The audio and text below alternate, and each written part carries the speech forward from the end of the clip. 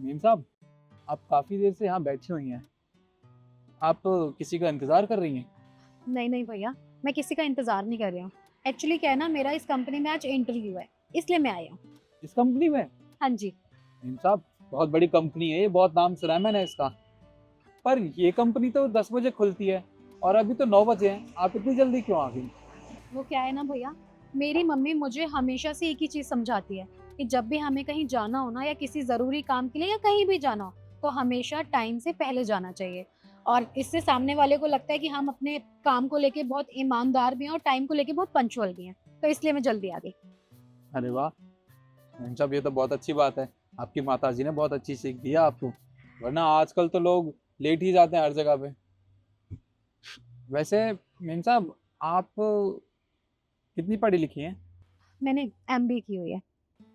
MB? Honey MBA क्या होती है? हम तो ये दुकान लगाते हैं। वैसे आप इतनी पढ़ी लिखी हैं तो कोई बहुत बड़ी डिग्री होती होगी ये। हाँ, बड़ी तो होती है। वैसे आपने ये एमबीए हाँ जी, एमबीए। एमबीए किया हुआ है तो आप तो पहले भी किसी कंपनी में काम करती होंगी शायद। हाँ, किया है, 2-3 कंपनियों में काम किया है। अच्छा, तो फिर आपने वहां से काम छोड़ के यहाँ आना क्यों सही समझा? एक्चुअली क्या है ना भैया, जहाँ मैं काम करती थी ना, उसके हिसाब से मैं हाईली क्वालिफाइड थी, इसलिए मैंने वहाँ से काम छोड़ दिया। हाईली? हाईली क्या? हाईली क्वालिफाइड मतलब हाईली एजुकेशन थी मेरी। अच्छा अच्छा, होशियार थी ज्यादा। भैया, इसका मतलब ये होता है कि जहाँ भी हम काम करने जा रहे हैं, उसके हिसाब से हम कुछ ज़्यादा ही पढ़े लिखे थे, इसलिए मैंने वहाँ से छोड़ दी और मैं इस कंपनी में आ गई। बहुत सही किया मीम साहब आपने। हर आदमी को हक है अपनी जिंदगी में आगे बढ़ने का। बहुत सही किया। वैसे मैं आपकी ये डिग्री कहते हैं ना, डिग्री हाँ हाँ। देख सकता हूँ मैं? हाँ, क्यों नहीं, आप देख सकते हैं, ये लीजिए।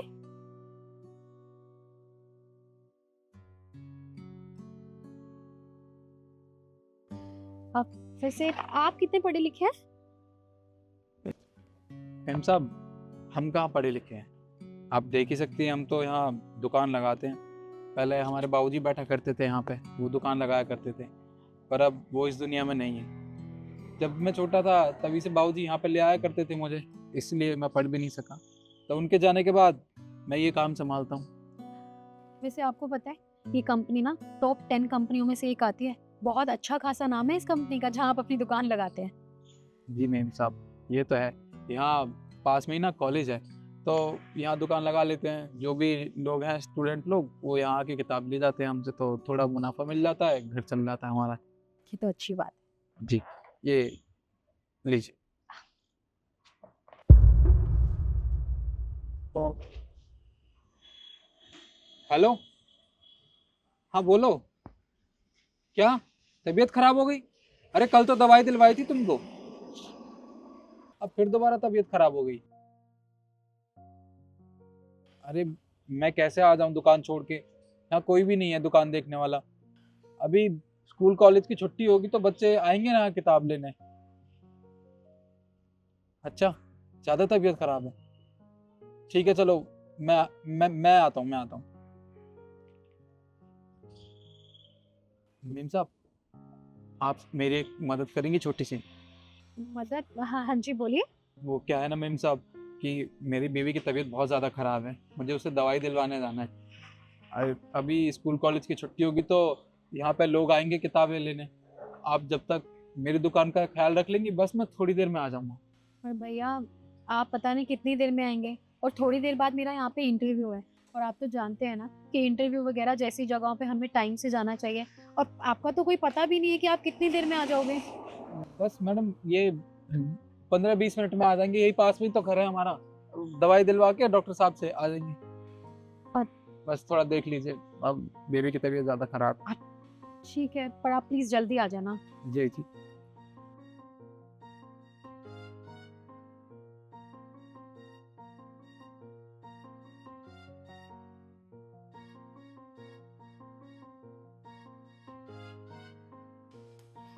ये वाली बुक कितने की है? ये वाली 300 रुपए की है। इतनी महंगी? 300 रुपए की? अरे वो दुकान वाला तो पीछे 200 रुपए की दे रहा है। देखिए मुझे पीछे वाले दुकान वाले से कोई मतलब नहीं है, वो 200 की दे, 100 की दे या फिर 500 की दे, मुझे तो मेरी दुकान से मतलब है। और आप एक बात बताइए, आप जगह तो देखिए कि हम ऑन रोड पे बैठे हैं, और दूसरी बात मैं कितने प्रोफेशनल तरीके से बैठी हूँ, ये सब चीजें भी तो मैटर करती है ना। तो ये तो 300 रुपए की है, अगर आपको ठीक लगता है तो आप ले लीजिए, और अगर आपको और भी लेनी है तो डिस्काउंट भी लगा दूंगी। हाँ, मुझे एक बुक और लेनी है, पर डिस्काउंट दोगे तभी लूंगा। अरे हाँ हाँ, डिस्काउंट मिलेगा, आप ले लीजिए।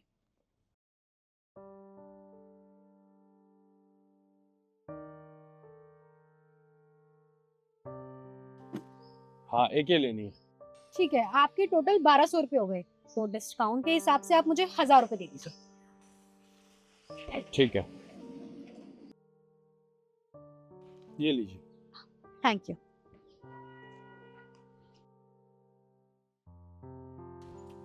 मेम साहब ज़रा माफ़ कर दीजिएगा, वो डॉक्टर साहब थे नहीं ना, लेट आए थे, इसलिए मैं देर हो गई मुझे। अब कोई बात नहीं भैया, अभी वैसे भी इंटरव्यू में ना टाइम है, तो कोई देरी नहीं हुई है, कोई बात नहीं। अब वैसे ये लीजिए, आपकी कुछ बुक सेल की थी मैंने, ये उसी के पैसे हैं। बुक सेल की थी, पर मैं तो किताबें गिन के गया था, यहाँ तो बस 2 ही किताबें कम है। तो 2 ही किताबें सेल हुई हैं। पर वो तो 500 रुपए की थी ना, और ये तो 1000 रुपए है।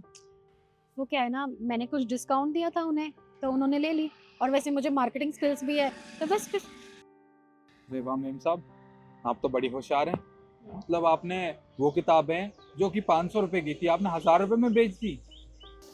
हाँ, उन्हें मैंने कुछ डिस्काउंट के बारे में बताया, तो उन्होंने 2 किताबें ले ली, इसलिए मैंने उन्हें बेच दी। मेम साहब वाकई में आप तो बहुत होशियार हैं। सही कह रहे हैं आप। वैसे अब 5 मिनट बचे हैं, मैं चलती हूँ वरना मैं लेट हो जाऊंगी। सुनिए, आपका इंटरव्यू हो चुका है, आपको कहीं जाने की जरूरत नहीं है। इंटरव्यू हो गया? आप कैसी बातें कर रहे हैं? इंटरव्यू ऑफिस के अंदर है, बाहर थोड़ी ना है। तो मैं जाती हूँ। नहीं मिसेस शो, आपका इंटरव्यू ऑलरेडी हो चुका है, और इंटरव्यू मैंने लिया है। मैं इस कंपनी का ओनर निखिल शर्मा। आप Nikhil Sharma? Hello sir. Hello. पर सर, आप इस कंपनी के ओनर हैं, तो ये सब क्या था?